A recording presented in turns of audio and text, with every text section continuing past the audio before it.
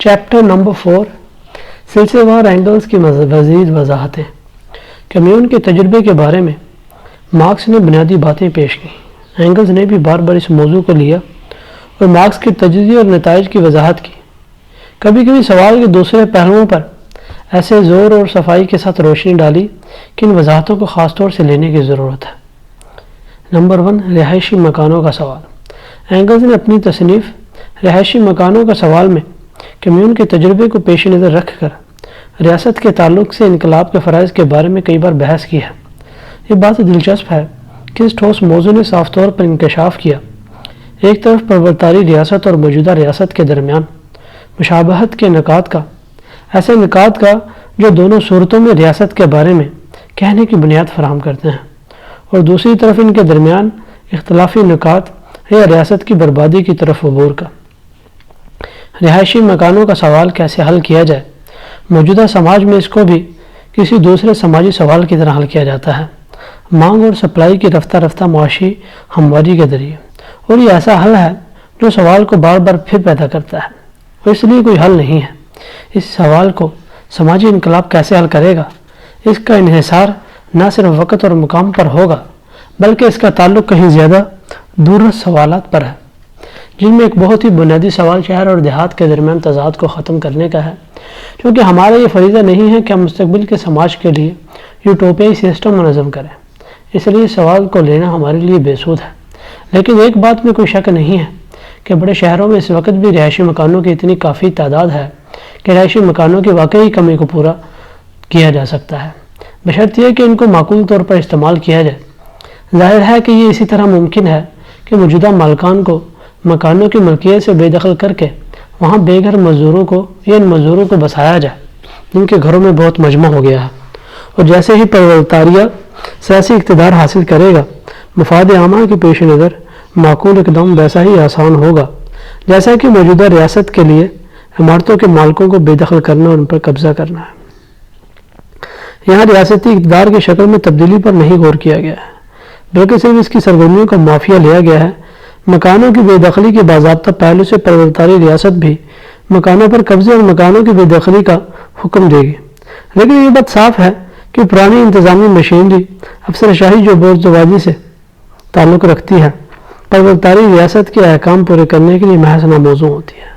اس بات کی طرف توجہ دلانے کی ضرورت ہے کہ محنت کے تمام آلات پر، مجموعی طور پر صنعت پر محنت کے شعبوں کا واقعی قبضہ پرودھونی ادائیگی کے بالکل برخلاف ہے۔ موخر اذکر صورت میں مشہور مزدور رہائشی مکان کسان کے کیتا زمین محنت کے آلات کا انفرادی طور پر مالک بن جاتا ہے۔ اول اذکر صورت میں محنت کے لوگ مکانوں، فیکٹریوں اور محنت کے آلات کے اجتماعی مالک رہتے ہیں،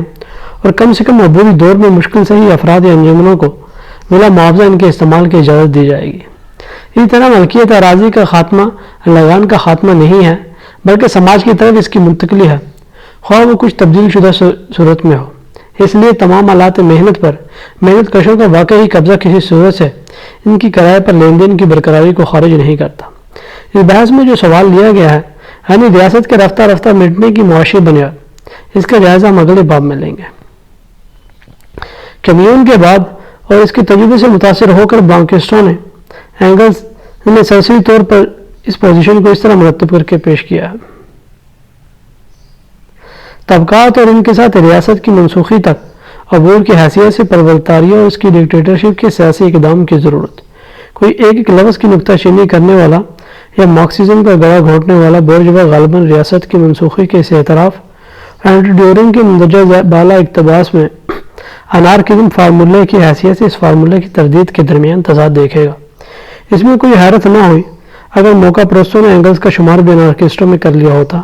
کیونکہ اب سوشل شاونسٹوں میں یہ بہت عام بات ہو گئی ہے کہ وہ سب بین الاقوامی پسندوں کو انارکزم کا ملزم ٹھہراتے ہیں۔ انارکسٹوں سے بحث و مباحثہ، یہ بحث 1873 میں ہوئی۔ اگر مزدور طبقے کی سیاسی جدوجہد انقلابی صورت اختیار کرتی ہے، مارکس نے انارکسٹوں کے سیاست سے انحراف کا مذاق اڑاتے ہوئے لکھا، اور اگر مزدور بورژوا کی ڈکٹیٹرشپ کی جگہ اپنی انقلابی ڈکٹیٹرشپ قائم کرتے ہیں تو وہ اصولوں کی توہین کرنے کا شدید جرم کرتے ہیں، کیونکہ وہ اپنے حقیر بھونڈے روزمرہ کے مطالبوں کو مطمئن کرنے اور بورژوا کی مزاحمت کو چلنے کے لیے ریاست کو انقلابی اور عبوری شکل دیتے ہیں، بجائے اس کے کہ ہتھیار ڈال دیں اور ریاست کو منسوخ کر دیں۔ یہ ہے ریاست کی وہ منسوخی جس کی مارکس نے قطعی مخالفت کرتے ہوئے انارکسٹوں کی تردید کی تھی۔ انہوں نے کبھی اس خیال کی مخالفت نہیں کی کہ جب طبقات غائب ہوں گے تو ریاست بھی غائب ہو جائے گی،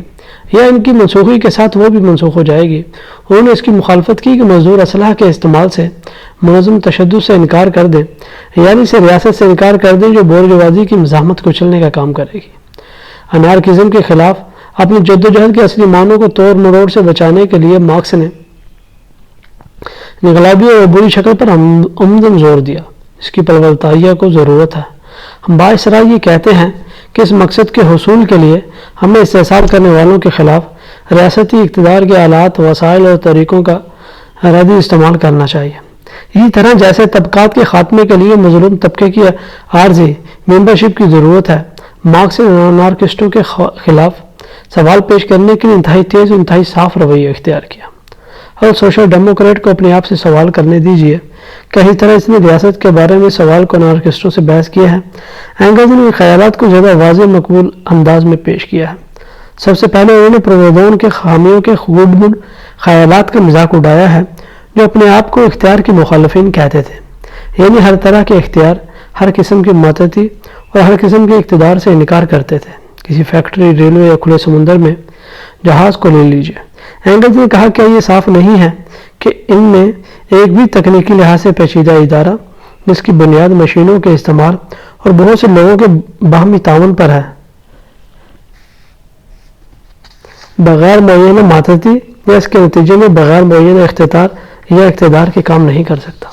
اگر میں یہ دلیلیں اختیار کے شدید ترین مخالفوں کے خلاف پیش کرتا ہوں، اینگلز نے لکھا، تو وہ صرف یہی جواب دے سکتے ہیں، ہاں یہ سچ ہے، لیکن یہاں اس اختیار کا سوال نہیں ہے جو ہم اپنے مندوبین کو دیتے ہیں، بلکہ کوئی مخصوص کام سرپرد کرنے کا سوال ہے۔ یہ لوگ سوچتے ہیں کہ کسی چیز کو اس کا نام بدل کر بدلا جا سکتا ہے، اس طرح یہ دکھا کر کہ اختیار اور خود مختاری نسبتی چیزیں ہیں کہ ان کے استعمال کا دائرہ سماجی ارتقاء کے مختلف مناظر کے ساتھ بدلتا رہتا ہے کہ ان کو قطعی نہ سمجھنا چاہیے، اور اس کا اضافہ کرتے ہوئے کہ مشینیں اور بڑے پیمانے کی پیداوار کے استعمال کا دائرہ برابر وسیع ہو رہا ہے۔ اینگلز اختیار کے بارے میں ہم بحث سے گزر کے ریاست کے سوال پر آ جاتے ہیں۔ انہوں نے لکھا ہے، اگر اندرونی خود مختاری کے حامی صرف یہی کہنا چاہتے تھے کہ مستقبل کی سماجی تنظیم اختیار کی اجازت صرف اسی حد تک دے گی جس کو پیداوار کے حالات ناگزیر بنا دیں گے، تو ان کے ساتھ اتفاق کیا جا سکتا تھا، لیکن وہ ایسے تمام باقیات کی طرف اندھے ہو گئے ہیں جو اختیار کو ضروری بناتے ہیں اور بڑے پرجوش کے ساتھ الفاظ سے لڑتے ہیں۔ اختیار کے مخالفین اپنے کو سیاسی اختیار ریاست کے خلاف چیخنے تک کیوں محدود نہیں رکھتے؟ تمام سوشلسٹ متفق ہیں کہ ریاست اور اس کے ساتھ سیاسی اختیار آنے والے سماجی انقلاب کے نتیجے میں غائب ہو جائیں گے، یعنی سماجی فرائض اپنا سیاسی کردار کھو بیٹھیں گے اور محض انتظامی فرائض میں بدل جائیں گے جو سماجی مفادات کی دیکھ بھال کریں گے۔ لیکن اختیار کے مخالفین کا مطالبہ ہے کہ سیاسی ریاست بیک ضرب منسوخ کر دی جائے، حتیٰ کہ ان سماجی تعلقات کی منسوخی سے پہلے جنہوں نے اس ریاست کو جنم دیا تھا، ان کا مطالبہ ہے کہ سماجی انقلاب کا پہلا اقدام اختیار کی منسوخی ہونا چاہیے۔ برائے ان حضرات نے کبھی انقلاب دیکھا بھی ہے؟ انقلاب بلا شبہ اتنی بااختیار چیز ہے جتنی ممکن ہو سکتی ہے۔ انقلاب ایسا اقدام ہے جس میں آبادی کا ایک حصہ اپنی مرضی دوسرے حصے پر رائفلوں، سنگینوں، توپوں کے ذریعے مسلط کرتا ہے، جو سب کے سب بہت ہی بااختیار ذرائع ہیں، اور فاتح پارٹی ضرورت اس عمر پر مجبور ہوتی ہے کہ وہ اپنی حکمرانی اسی دہشت کے ذریعے برقرار رکھے جو اس کے اسلحہ رجعت پرستوں میں پیدا کرتے ہیں۔ کیا پیرس کمیون ایک دن سے زیادہ برقرار رہتا اگر اس نے بورژوا کے خلاف مسلح عوام کا اختیار نہ استعمال کیا ہوتا؟ اس کے برعکس کیا ہم کو اس بات کا ملزم نہیں ٹھہرا سکتے کہ اس نے یہ اختیار بہت کم استعمال کیا؟ اس لیے دو باتوں میں سے ایک ہے، یا تو اختیار کے مخالفین یہ نہیں جانتے کہ وہ کیا کہہ رہے ہیں اور ایسی صورت میں وہ الجھن پیدا کرتے ہیں، یا تو وہ کچھ جانتے ہیں اور اس صورت میں پلوتاریہ کی کاز کے ساتھ غداری کر رہے ہیں۔ دونوں صورتوں میں وہ صرف رجعت پرستی کی خدمت کر رہے ہیں۔ یہ بحث ان سوالات کو چھوتی ہے جن کا جائزہ ریاست کے رفتہ رفتہ مٹنے کے دوران سیاست اور معاشیات کے درمیان تعلقات کے سلسلے میں لینا چاہیے۔ یہ سوالات سماجی فرائض کو سیاسی سے معمولی انتظامی فرائض میں تبدیل کرنے اور سیاسی ریاست کے بارے میں ہے۔ بیبل کے نام خط۔ ریاست کے بارے میں مارکس اور اینگلز کی تصانیف میں اگر بہترین نہیں تو ایک سب سے اچھی بحث اینگلز کے اس خط کا اقتباس ہے جو انہوں نے بیبل کو 18 مارچ 1875 کو لکھا۔ گوتھا پروگرام کے اسی مسودے پر تنقید کرتے ہوئے جس پر مارکس نے برا کے نام اپنے مشہور خط میں تنقید کی تھی اور ریاست کے بارے میں خاص طور سے سوال کو لیتے ہوئے اینگلز نے بیبل کو لکھا، آزاد عوامی ریاست آزاد ریاست میں تبدیل ہو گئی۔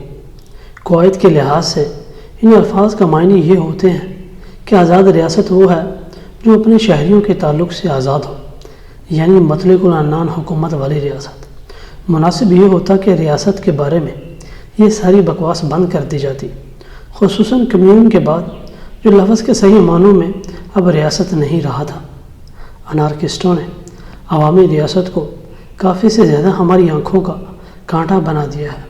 حالانکہ پروودون کے خلاف مارکس کی کتاب اور بعد میں کمیونسٹ مینیفیسٹو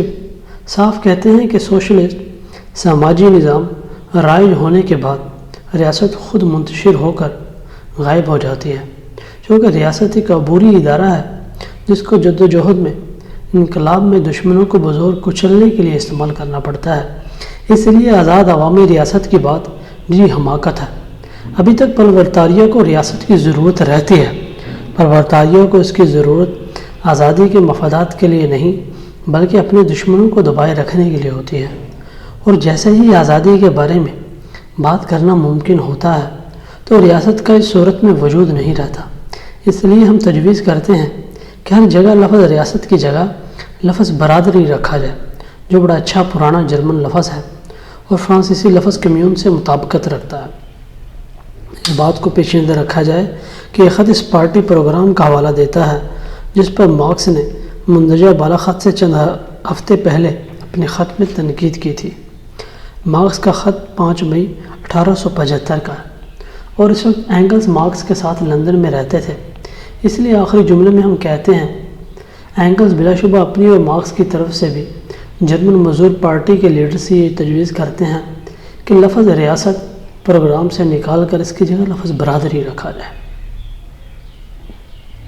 موقع پرستوں کی آسانی کے لیے توڑی مروڑی ہوئی موجودہ مارکسزم کے سربراہ انارکزم کے بارے میں کتنی چیخ و پکار کریں گے، اگر پروگرام میں اس طرح کی ترمیم کی تجویز ان سے کی جائے، ان کو چیخ و پکار کرنے دو، اس کے لیے بوردوادی ان کو مرحبا کہے گی اور ہم اپنا کام کریں گے۔ نمبر 4 ایئرفورٹ پروگرام کے مسودے پر تنقید۔ ریاست کے بارے میں مارکسزم کی تعلیمات کا تجزیہ کرتے ہوئے ایئرفورٹ پروگرام کے مسودے پر اس تنقید کو نظر انداز نہیں کیا جا سکتا جو اینگلز نے کاوتسکی کو 29 جون 1891 کو بھیجی تھی، جو 10 سال بعد شائع ہوئی۔ ہم اس بات پر غور کرتے چلیں کہ اینگلز نے معاشی سوالات پر بھی بہت بیش بہا رائے بھیجی ہے، جو دکھاتی ہے کہ انہوں نے کتنی توجہ اور غور کے ساتھ ان تبدیلیوں کو دیکھا جو جدید ترین سرمایہ داری میں ہو رہی ہیں، اور اسی وجہ سے وہ کیسے ایک حد تک ہمارے سامراجی دور کے فرائض کو پہلے سے دیکھ سکے۔ یہ رہی ان کی رائے لفظ غیر منصوبہ بندی کے بارے میں۔ جب ہم جوائنٹ اسٹاک کمپنیوں کی طرف سے ٹرسٹوں کی طرف آتے ہیں جو ساری صنعتوں کا کنٹرول اپنے ہاتھ میں لیتے ہیں اور ان کے اجارہ دار بن جاتے ہیں، تو یہاں نہ صرف نجی پیداوار بند ہوتی ہے بلکہ غیر منصوبہ بندی بھی ختم ہو جاتی ہے۔ یہاں جدید ترین سرمایہ داری یعنی سامراج کے نظریاتی اندازے کی انتہائی اہم چیز لی گئی ہے، یعنی یہ کہ سرمایہ داری بدل کر اجارہ دارانہ سرمایہ داری ہو جاتی ہے۔ مؤخر اذکر پر زور دینا چاہیے کیونکہ بوردوا اصلاح پرست دعویٰ کہ گویا اجارہ دارانہ سرمایہ داری یا ریاستی اجارہ دارانہ سرمایہ داری اب سرمایہ داری نہیں رہی ہے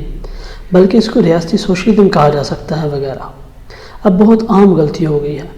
در حقیقت مکمل منصوبہ بندی نہ تو ٹرسٹ فراہم کرتے تھے، نہ اب کر رہے ہیں اور نہ فراہم کر سکتے ہیں، لیکن وہ چاہے جتنی منصوبہ بندی فراہم کرتے ہیں، بڑے بڑے سرمایہ دار قومی اور حتیٰ کہ بین الاقوامی پیمانے پر پیداوار کی مقدار کا چاہے جتنا بھی پہلے سے حساب لگاتے ہیں، اس کو چاہے جتنا منصوبے کے مطابق متناسب بناتے ہیں، ہم پھر بھی سرمایہ دار نظام کے تحت ہی رہتے ہیں۔ یہ سچ ہے کہ اس نئی منزل میں پھر بھی بلا شبہ سرمایہ دارانہ نظام میں رہتے ہیں۔ سوشلزم سے ایسی سرمایہ داری کی قربت پرولتاریہ کے حقیقی نمائندوں کے لیے سوشلسٹ انقلاب کی قربت آسانی، امکانات اور فوری ضرورت کی دلیل کا ثبوت بن سکتی ہے۔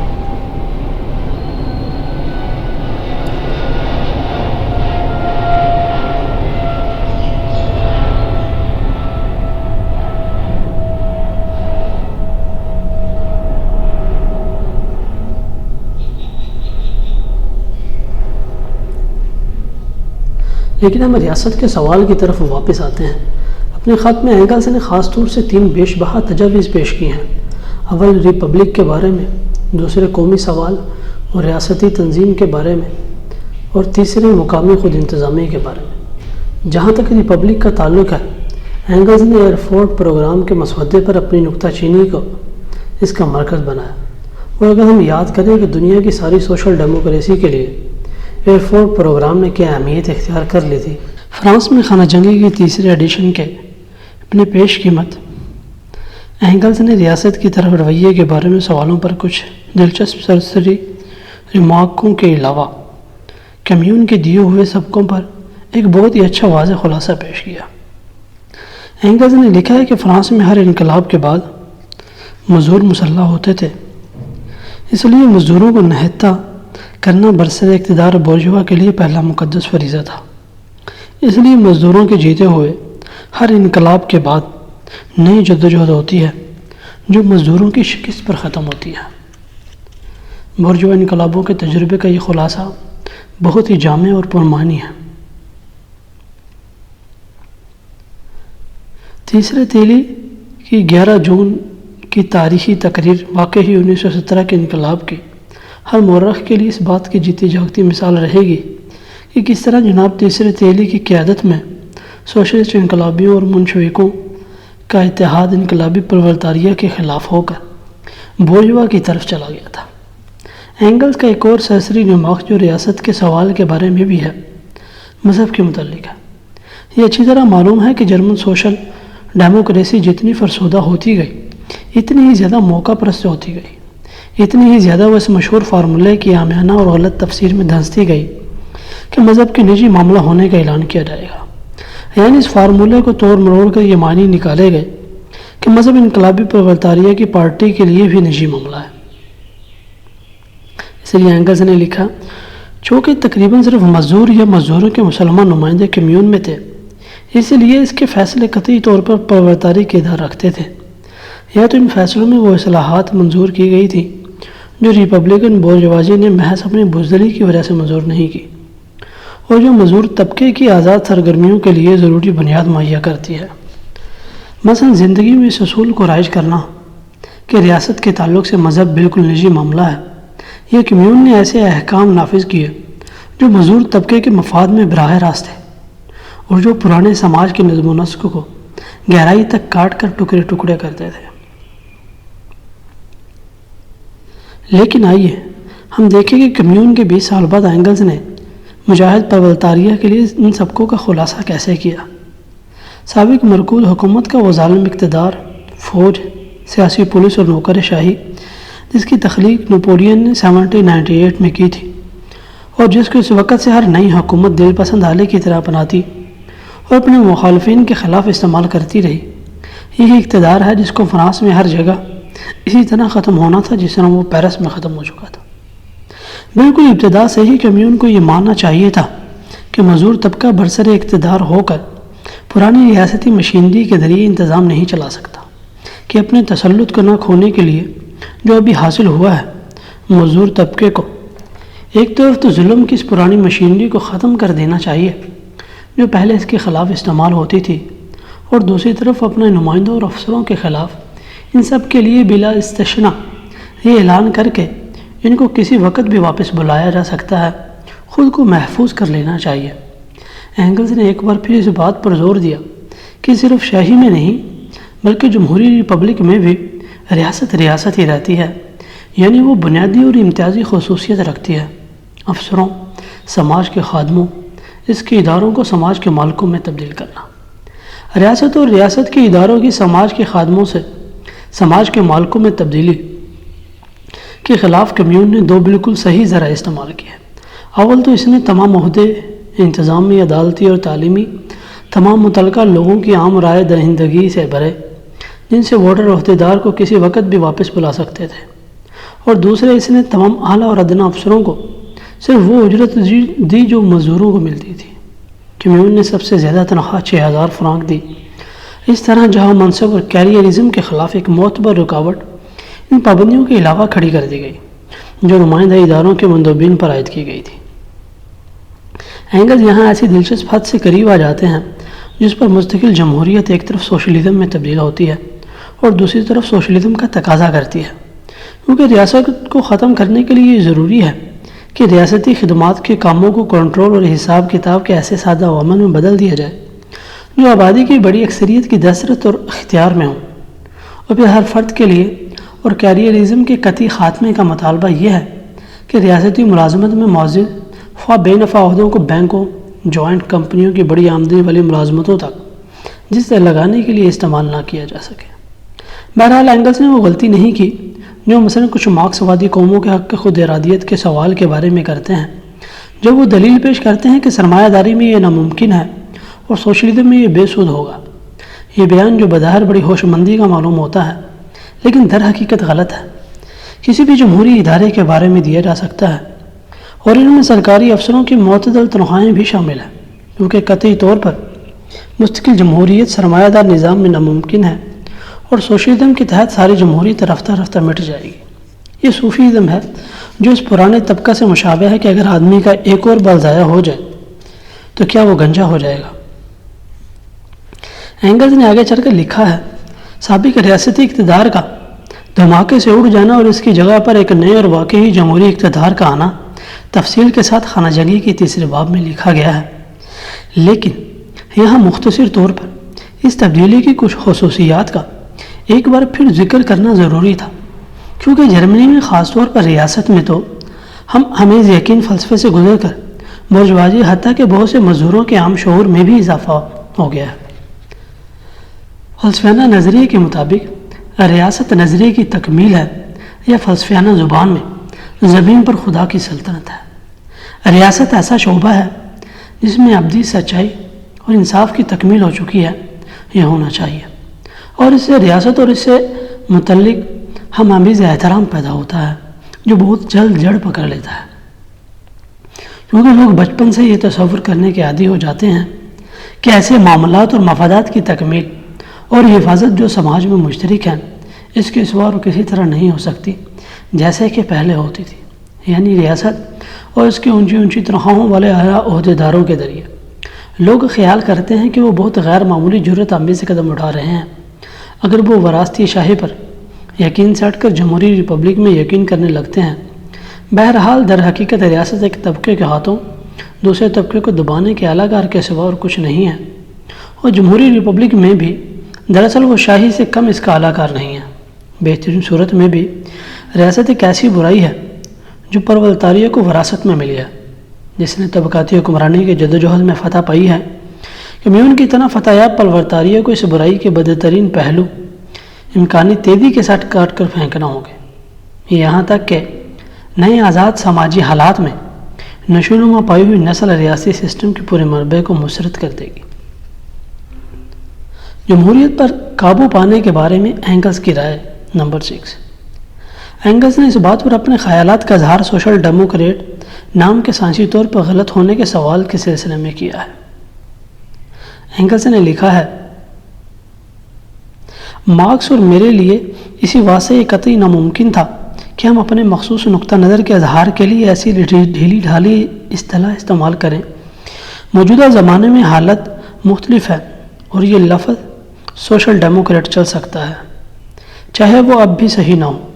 ایسی پارٹی کے لیے جس کا معاشی پروگرام محض عام طور پر سوشلسٹ نہیں ہے بلکہ براہ راست کمیونسٹ ہے، اور جس کا مختصم سیاسی مقصد پوری ریاست کو قابو میں لانا ہے، اور اس لیے جمہوریت کو بھی۔ بہرحال حقیقی سیاسی پارٹیوں کے نام کبھی پوری طرح ان سے مطابقت نہیں رکھتے ہیں۔ پارٹی ترقی کرتی رہتی ہے جبکہ نام اپنی جگہ پر قائم رہتا ہے۔ ماہر جدلیت